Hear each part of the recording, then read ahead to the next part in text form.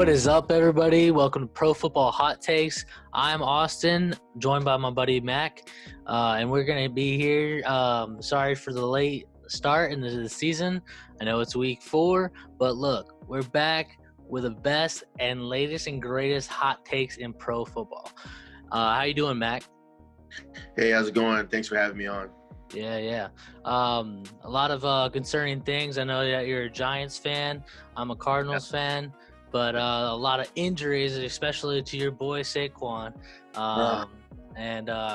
Big notable injuries throughout the whole league. You got Michael Thomas, Christian McCaffrey, Saquon, Nick Bosa, and the list keeps on going on. So maybe that's for a different video someday on what the NFL could do better to prohibit these injuries in the future.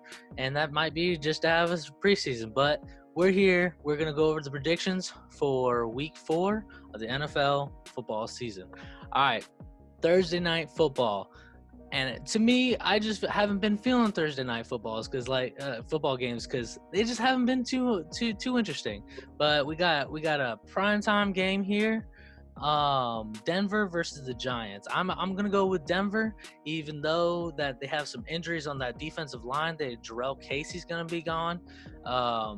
And all over that defense is kind of it's a hit or a miss with that defense. You know, they've had a couple of big tough matchups. You know, and then their offense took a hit with Drew Lock. You know, but you know I can't put on my channel the word for me to put Jets in the winning category. I just think that Sam Darnold's going to be seeing ghosts still with his number 1 wide receiver back, Jamison Crowder. I just don't think it's good, and Adam Gase needs to be fired. What you think? Oh man, I think the Jets will get their first win here, man. This is the perfect time to do it. They're at home. You got basically Driscoll going up against Jets defense. The Jets defense coming into this season was the strength of their team. A lot of people thought the Jets were going to get by off their defense. But they've been underwhelming to say the least. They've given up their top 10 in points allowed, top 10 in passing yards given up. Just overall, you know, with the departure of Adams, they thought that maybe this defense could still do things. But I think the Jets will win a close game. I think it's going to be a low-scoring game. I think it's going to be 13-10 Jets. Sweet. Guess there's not going to be a lot of action in that, but I'm looking forward to that. All right, coming up next, we got Sunday football. Jacksonville Jaguars versus Cincinnati Bengals. In my predicament, I just have Joe Burrow going absolutely nuts against CJ Henderson and that defense. You know, I believed in the guy when he was coming out of college, and he's been showing the league that he can light it up, absolutely light it up, you know. AJ Green's not a big factor, but you know what? He has a better number 1 in Tyler Boyd, and I just think that he's throwing on all cylinders. Zach Taylor has got him rolling. Let's see if they can mix in the running game here and get Joe Mixon coming in and play time of possession, so that way he's not throwing 40 to 60 times a game. You know, get the ball on the ground, play the clock, and let's go out there and beat Gardner Minshew and his magic. You know, where was the magic against Fitzpatrick last week? It wasn't there. So let's see if he can bring it back with Joe Burrow, but I don't think it's gonna happen. Yeah, I was not like you coming into the season. I thought Joe Burrow would struggle, but he's looked good. And their play style and their playbook favors a heavy passing attack. So I'm looking at him probably putting it up 40 times a game, and he's getting hot. He's just going to get better as the season goes along. I don't think the Jaguars have anything for Joe Burrow in that offense. Tyler Boyd is looking like a top 20 receiver right now. I think it's going to be a high-scoring game. Jacksonville has put it through the air. Minshew has looked good, but I just think he's going to make a mistake down the stretch. Because he's a gambler. He's like that Brett Favre kind of like guy that's just going to go for the shootout. But I think the Bengals will pull it out at 33-30 Bengals. Yep. Yeah, both pretty terrible defenses. So Yeah. it should be a shootout. So moving on, we got KC New England. Now coming into this game, coming into last week, I was like, wow, KC took a little bit of a step down, almost losing to the Chargers, and then they absolutely blew it out of the water with a spanking on the Baltimore Ravens. Just absolutely hammered them, Demoralized. I did not see that coming. I thought Lamar Jackson comes in there and actually shows them who's boss, and but now he's on Patrick Mahomes and his fiance's baby picture, so but just to say that this KC defense actually really is surprising a lot of people, and we tend to forget how good it was into the playoffs of last year. They're carrying it over. They're without Chris Jones possibly this week, but I think they're going to come in here. Bill Belichick might have something for him. I think it might be a closer game than we think, but KC's still going to get the overall win. Yeah, I'm picking KC. Hard to pick against Mahomes. He's playing at an elite level, just like he did in 2018. So that offense, Clyde Edwards-Helaire, even Sammy Watkins, you can't blitz them. You can't. And now Mahomes knows how to read defenses, and I think the Patriots are going to get a reality check. I think they played, their schedule has been a little soft. They played Las Vegas. I think this is going to be a real test for the Patriots defense. A lot of their guys are not playing. They were on the COVID, the COVID exemption list, and I think it might get ugly quick. I got 35-17. Yep. It'll be a fun one to watch. Truly a great mind in Bill Belichick's defense, and we'll see what he has in store for Patty Mahomes and that KC offense. But moving on, we got Buffalo Bills and the Vegas Raiders, and honestly, the Buffalo Bills have been surprising me. Up until this point. Yep. Josh Allen is looking like one of the best in the NFL, if not an MVP candidate. Yes, yep. I said it. He went from being one of the bottom half of the league in QBR last year to being one of the best in the league this year. Now they are throwing a lot. I expected a little bit more of this Buffalo defense, but they've hung in there. They played the Jets. That was a blowout. The Miami Dolphins, which has a decent offense this year, they can actually move the ball, and then they played the LA Rams, which is playing stellar football. But overall, Josh Allen, I think he's going to come in here into Vegas, into the newer stadium, and he's going to absolutely show John Gruden what it's all about. Yeah, Josh Allen, he's been playing at an elite level. The thing about Josh Allen, knock on him, was his accuracy. But the first game against the Jets, 71 completion percentage. Against the Dolphins, 68. And against the Rams, 72.7. So the league average is around 61, 62. And in Drew Brees' historic year, 73 was the record for the season. So this guy's absolutely blacked out right now. He's playing at an all-time high level. I had high hopes for him coming out. He's got a cannon, he's got a good arm. But what I really like what they're doing with him on the goal line, they're using his legs. Their playbook favors his style of play. Like a lot of teams, they don't build around what their quarterback's strengths are. But he's a really physical quarterback. He's around 6'6". He's only going to get better. Las Vegas they're not world beaters on defense. And at the same time, the Bills have been kind of not playing well either. They gave up 32 points to the Rams, and they came in the season touting a top 3 defense. I think it's going to be a high scoring game, 28-24 Bills. Yeah, and also a thing to note on this for the Vegas Raiders, is Ruggs is out, and Brian Edwards is out, so I mean they're kind of like a two-dimensional football team anyways, with Josh Jacobs coming out of the backfield running the ball and taking the ball in receiving yards, and Darren Waller getting him the ball. So we'll see what he has to devise a plan with an injured receiving core, because you have Nelson Aguilar, that he can't catch a ball. So we'll see what has to happen to get the W for Vegas Raiders, but I don't think it's going to happen. All right, moving up to the NFC versus the AFC in a good matchup. I think that, with Nick Foles' first start here at home, a lot of Bears fans are like saying, oh man, this should have been done way back when. I think Trubisky should have been out of there last year. Out of last year's performance, the team hasn't changed, and now they have Nick Foles at the starting quarterback of that team, and you just saw how quick they scored 3 touchdowns last week, and in one and a half quarter. So I just think that Foles is going to come in here, use his weapons. This defense has been stellar, like it has been for the last 3 years. Chicago's always had a reputation of being tough, but they're going up against a tough Indianapolis defense, and we'll see how that goes. And but I think that with a good mixture of the running and passing game, I think Chicago gets it done this week. Okay, I might be going on with a little upset here. I think Foles is fool's gold.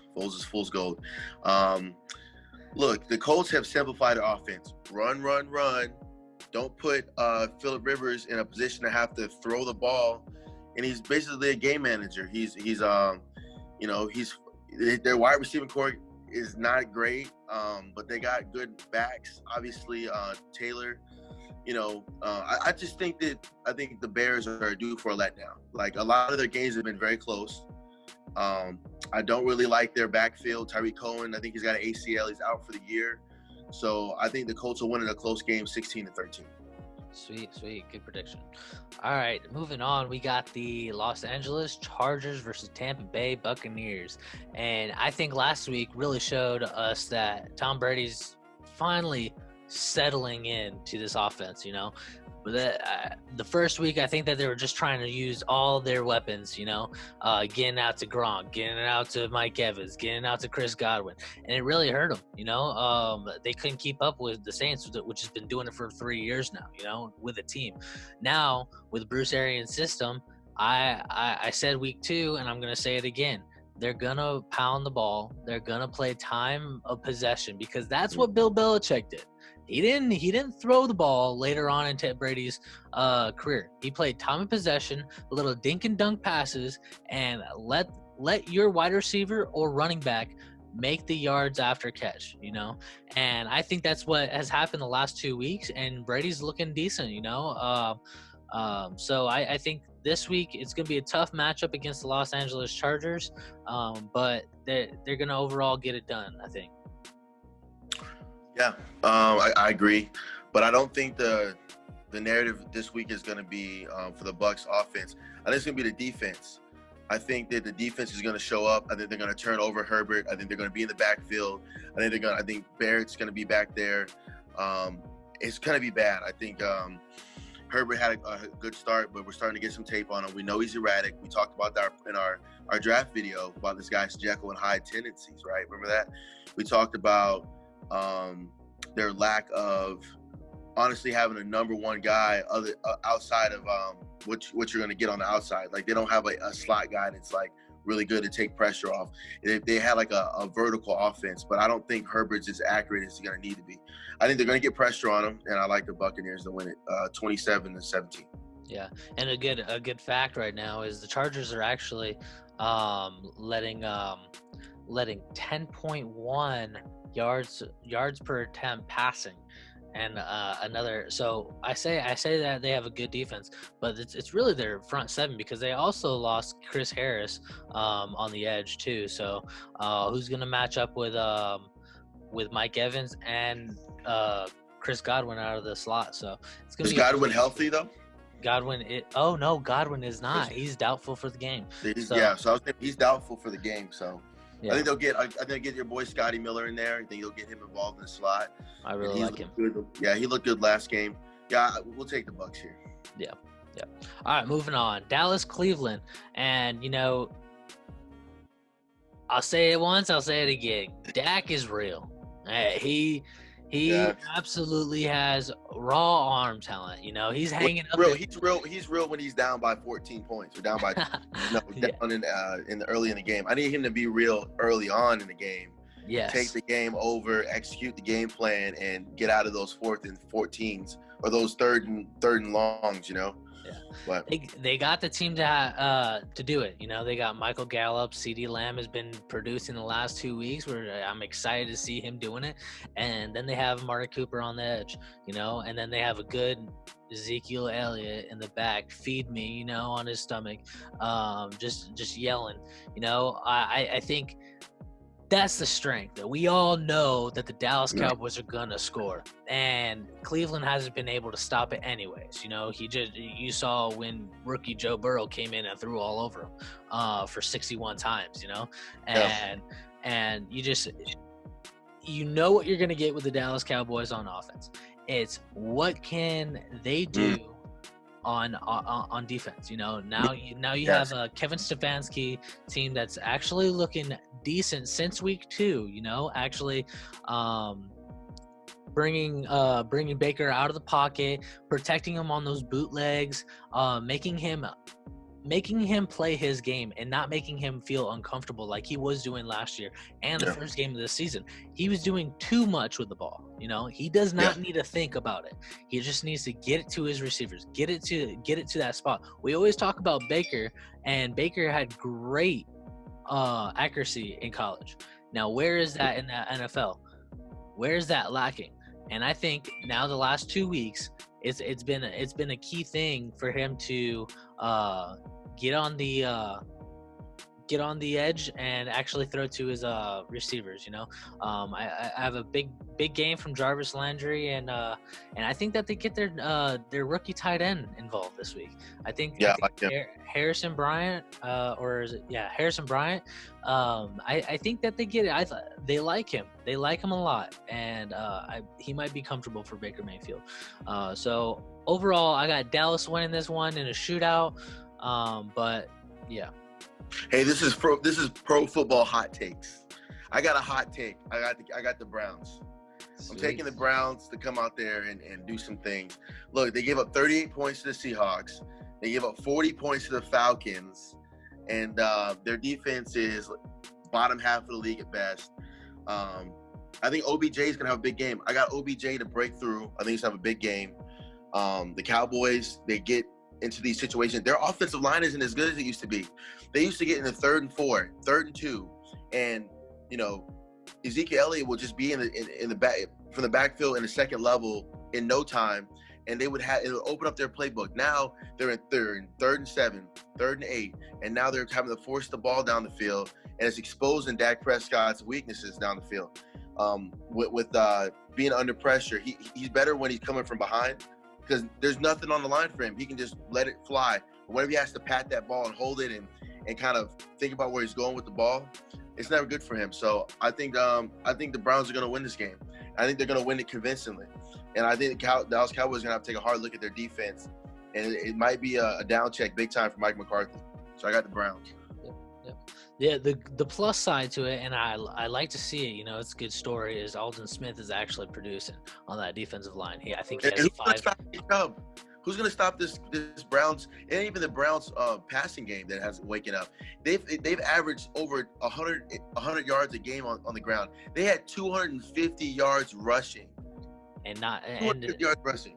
And not to say they have the best running back duo in the league. Kareem Hunt and Nick Chubb. Come on now. Nothing's better, So I like J.K. Dobbins and Ingram, but they do have the best. Yeah. All right, let's move on. We got the Seattle Seahawks versus Miami. I gotta stay with the NFC West here. As much as I do not like to say it, I'm going with the Seattle Seahawks. Yeah, You cannot bet against Russ right now. He has 14 touchdowns. How many touchdowns is he gonna throw? He has 14 passing touchdowns. I think 15 overall because I think he ran one in. But I think I know he has 14 touchdowns throwing. He does. And that's ridiculous. 14 is one more than Patrick Mahomes had at the same time in 2018 when he threw for 50. Yep.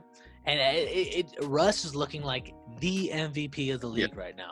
He is unstoppable. And it just sucks that Pete Carroll gave him any defensive help. He is throwing for the game. It is literally on Russ's back to get it to DK Metcalf and one of the most underrated wide receivers in the league in Tyler Lockett. A lot of people don't think about him, but he's a game changer. He's really a game changer.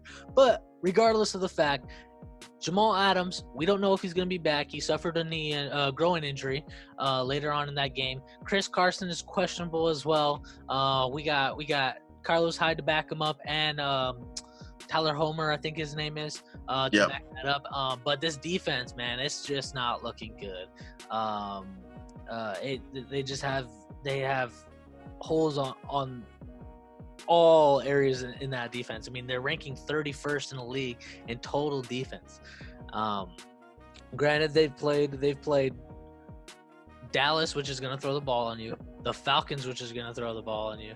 I forget who and New England. Fitzmagic going to get his yards too. And guess what? Fitzmagic is going to come in here and throw the ball on him. Yeah. And that's why I am going with a hot take. Not really. I'm going with Seattle. Not right now. Hey, look. The Seahawks are gonna put up at least 30 points on the Dolphins. Now, the thing is, can the Dolphins front seven get any pressure on Fitzpatrick? Because if Fitzpatrick's allowed to sit back there in that pocket, they're gonna go back and forth on offense. The Dolphins have receivers. I think it's gonna be a high-scoring game, but I think the Seahawks offense is just too much. 35-28 Seahawks. All right, good hot take. We're going to move on to the Baltimore Ravens and the Washington football team. Now, that's weird to say still. This can get ugly fast. It's 4 weeks in, and I still am trying to get over that football team thing. But, we're going to keep it. We can keep it real. We're going to keep it that name instead of the other name. So, anyways, it's not hard to see here. I think Lamar Jackson's a little mad what Patty Mahomes and that defense did to him last week, and I think he is going to come in here and run all over him. I think we're going to see about 40 jukes, about 40 spin moves, and he's going to be doing the Michael Jordan into the end zone. But overall, I got the Baltimore Ravens winning by a big. Yeah, this is a clear mismatch. The Washington football team could not stop Kyler Murray. They made him look like Michael Vick out there. They broke contain. They couldn't contain him on the edges. What do you think Lamar Jackson's going to do? He's going to run for 200 yards in this game.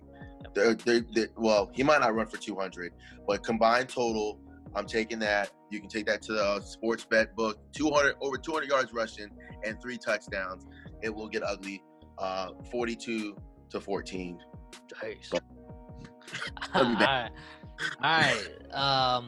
Another game that we thought that was going to be postponed, the Minnesota Vikings and the Houston Texans, Still don't know if the Minnesota Vikings are actually practicing yet. I haven't read up on that. But play defense like they don't practice. Yeah, I mean, it's all mental reps anyways for them, So like they can't do anything other than just go out there on Sunday, because I said at the beginning of the year Minnesota has one of the worst defenses in the league because they got rid of 5 out of the 11 starters, and I 2 of those you were ahead of the curve. You were ahead of the curve on that free fall. I didn't see that coming out of them. 2 of those were their starting cornerbacks with experience. Yes, they weren't stellar in the league, but they were good. They knew what they were doing. Yeah. And then you go in there and you lose Kendrick Barr, your starting linebacker, and then your defensive line. You get Hunter. I forget his name. Edge rusher. He gets hurt. And then they got rid of their D tackle. Overall, Coach coach of the Vikings said, I've never had below a top 10 defense, and we're seeing it now. Like, this is They're bad. bad. This is bad. Coming from a playoff caliber team to last place in the NFC North, that is very, very concerning, But I think Deshaun Watson comes in here and he's going to absolutely spread the ball, make them look stupid, and I think that Houston gets their first win of the season. Taking Texans. Yeah, I'm going to go with the Texans as well. Obviously, both of these teams have regressed. These are two playoff teams. One of which they look like it could go all the way until late in the season. I'm taking the Texans. I think that the Vikings defense is just I think we hammered that home. It's just all going to be a matter of Will Fuller. Look at the weapons that Deshaun Watson has, though. Who's going to step up on from the wide receiver or tight end position and give him somewhere to go. They played the Steelers hard. That was a good game. I think they're going to carry that momentum into this game, and I think that Bill O'Brien, he's playing for his job now. So I think that seat's going to start getting hot. It's a hot take. I don't think he's going to last this season, but we'll talk about it in a later video. I'm going to take the Texans here to win 27-17. For what it's been, though, I mean, Houston Texans have had the hardest schedule in the league. They went up against KC. They went up against KC. They went up against Baltimore? No, the Steelers, and then they went up against Baltimore, I think. Regardless, Baltimore in week 2. Regardless, they're hitting a stretch now with Minnesota, Jacksonville Jaguars, and Tennessee. This is going to be an uphill for Deshaun Watson. I'm looking forward to him getting it done. But like you said, he needs to find that comfort zone like he had in DeAndre Hopkins. I know none of them are going to be like DeAndre Hopkins, but you saw a little bit of it with Randall Cobb last week. So hopefully he can find some comfort in Randall Cobb and get it done this week. All right, moving on to the final stretch. We're going to jump into the NFC versus NFC teams. We got NOLA, Drew Brees and the NOLA versus Matt Stafford and the Detroit Lions. And I was so high on the Detroit Lions coming into this league. Matt can be my witness. I was saying that they were one of the contenders for the NFC North, and I think that they still are, even though they lost 2 quick ones, they came in here and beat a decently good, scary Cardinals team.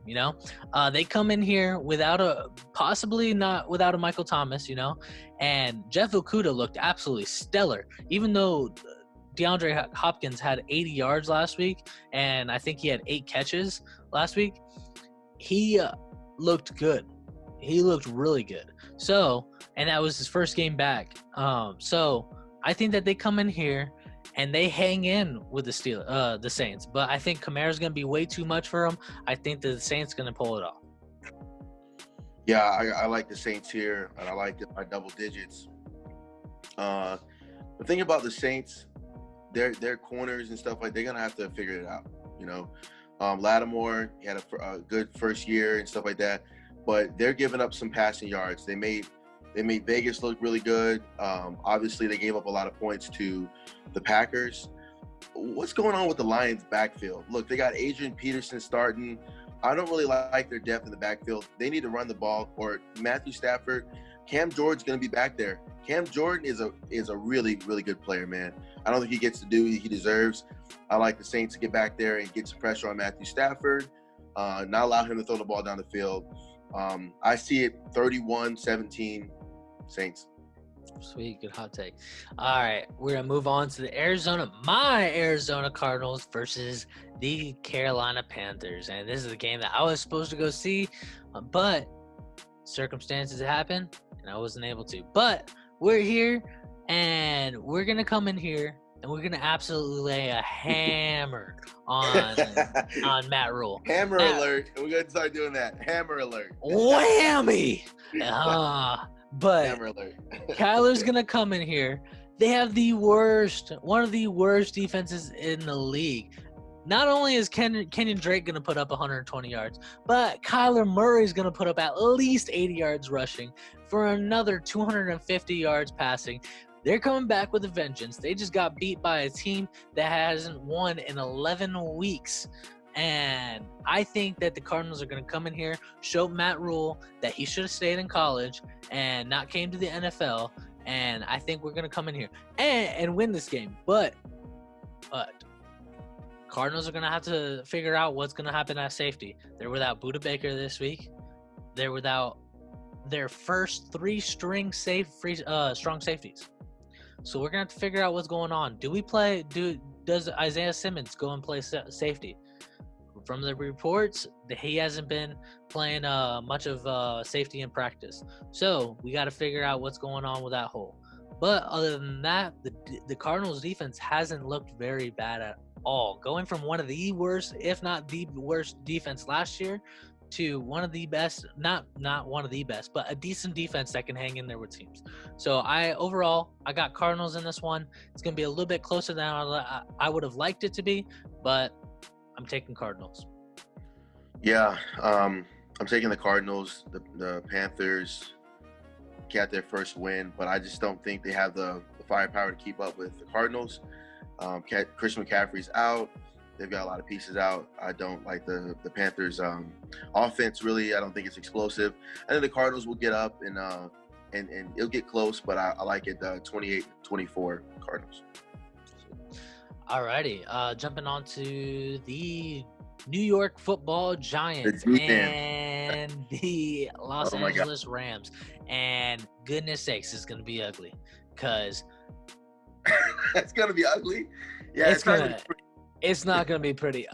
They should probably take Danny Dimes out of this game and throw whoever in. They might have to run Wildcat the whole game because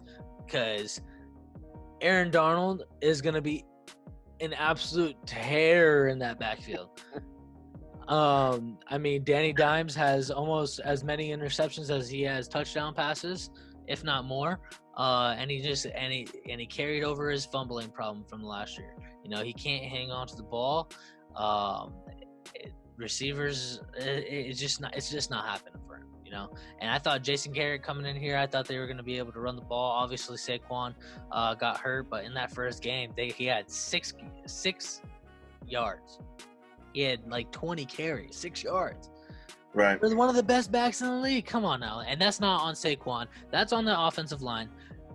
You got to figure out what's going on that offensive line and figure out what's going on with that quarterback. I think that he has good potential, but we got to protect that guy. Got to protect that guy and let him make his go through his progressions. So overall, I got the Rams with a blowout, and I'll rest my case.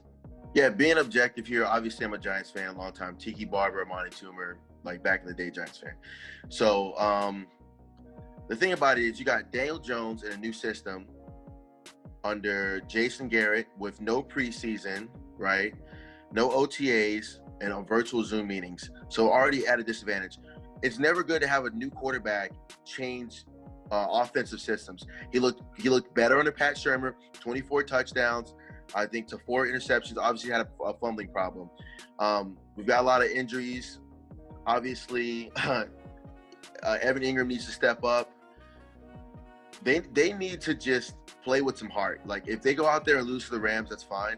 But they need to play as a team and play for one another and stop pointing fingers at, okay, well, we don't have this player, we don't have that player. The San Francisco 49ers were without half of their team and had third stringers, and they got a win, and Mullins was looking like Joe Montana out there. Okay, so obviously the Rams are going to put up a lot of points for the Giants, but the Giants' problem isn't the offense; it's the defense. It's non-existent.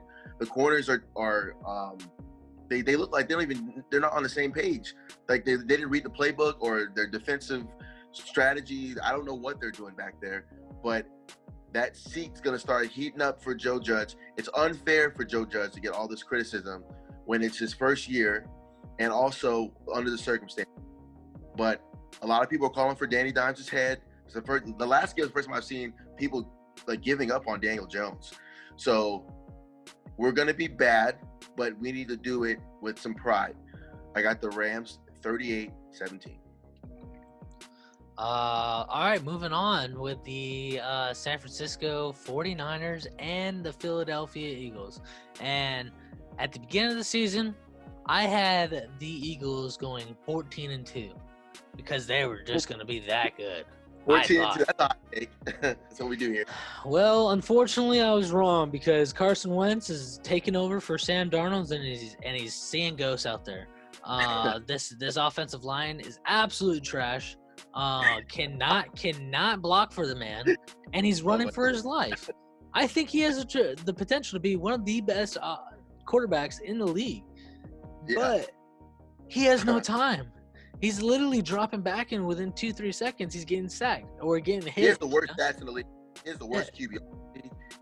Carson Wentz is the worst quarterback in the league statistically right now. Yeah, and then to add on to that, to be your biggest receiver as a tight end, like not Travis, Zach Ertz is his biggest receiving threat. Is his biggest receiver, right? Deshaun Jackson hasn't showed up. They finally signed Greg Ward, which was an AAF player 2 years ago. He came in and was lighting up the league last year. And then he came in this last week and he lit it up again. So obviously they have something special there for him. But Dallas Goedert, his second main target, out. Who's gonna step up on this wide receiver core? Who's gonna show up? They just signed Hakeem Butler, which was on the Cardinals. He's a big 6'7" target. He was playing wide receiver at Iowa State, and they're saying that they're gonna run him in the same role as Dallas Goedert. Could that potentially be a hot take? I got a hot take for you. We're gonna be seeing Wentz's replacement by halftime. That's a hot take. Yeah, I fully believe that we might be seeing a quarterback change at halftime. Yeah, I wouldn't be surprised if Wentz is out of there by trade deadline. But that's another video, and we can go through that. But overall, I got the 49ers coming in here and absolutely laying a whammy on this team. The defense is still good. Without Nick Bosa, without Solomon Thomas, without Richard Sherman, this defense is still good. They held a healthy wide receiver core in the New York Football Giants to 9 points. 9 points, and I think that they come in here, they shut this offense down. Once again, it's not going to be very hard, but they're going to shut this offense down. Nick Mullins is looking decent. Their running game is looking decent because they have the best offensive line, one of the best offensive lines in the country, and one of the best play callers in the National Football League Mike Shanahan and Kyle Shanahan, sorry. And I think that the 49ers come in here and throw a whammy on them. Yeah, a tale of two different organizations. One of them is missing a lot of their players, but still found a way to win last week in the 49ers. Shanahan, and it goes down all down the line. If you're a Eagles fan, you have to be frustrated.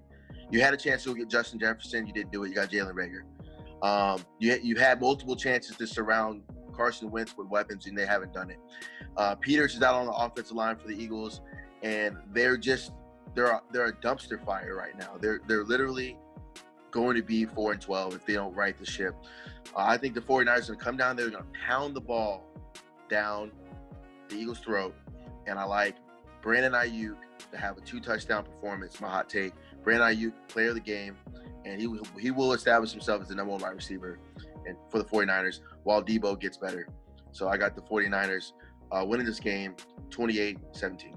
And the cool thing about that 49ers offense is that they're running Ayuk as the same part what Debo Samuels was doing later on in that year. They're doing sweeps. They're doing misdirection. They got him in the backfield. It's going to be nasty when those two When those two come back into the game together, I wonder what it's going to look like with a healthy Jimmy G. You know, even Nick Mullins is not bad. You know, obviously he's a Bill Belichick system guy because he came from the Patriots. But regardless, we're going to move on.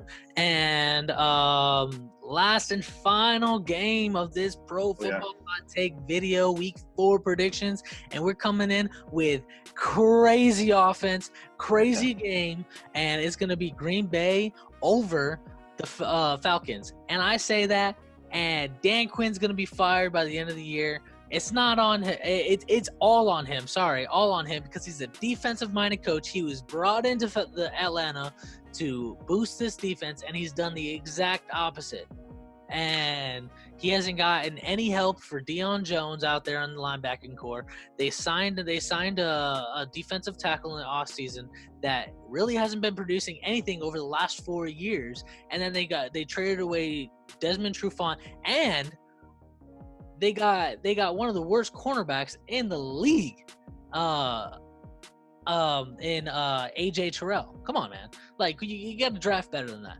But talking about the offensive side of the ball for the Atlanta Falcons, they're absolutely stellar. There's nothing wrong there. They're a championship caliber team on the offense, as long as they had a decent defense to stop someone. But overall, I think Rodgers is headhunting this year. He's pissed off that Jordan Love got drafted first round. He didn't go out and get Justin Jefferson, which we saw him put 175 yards up last week, and he went out and got Jordan Love to go be his replacement. And that's disrespectful to one of the best quarterbacks in the league, and he's showing it.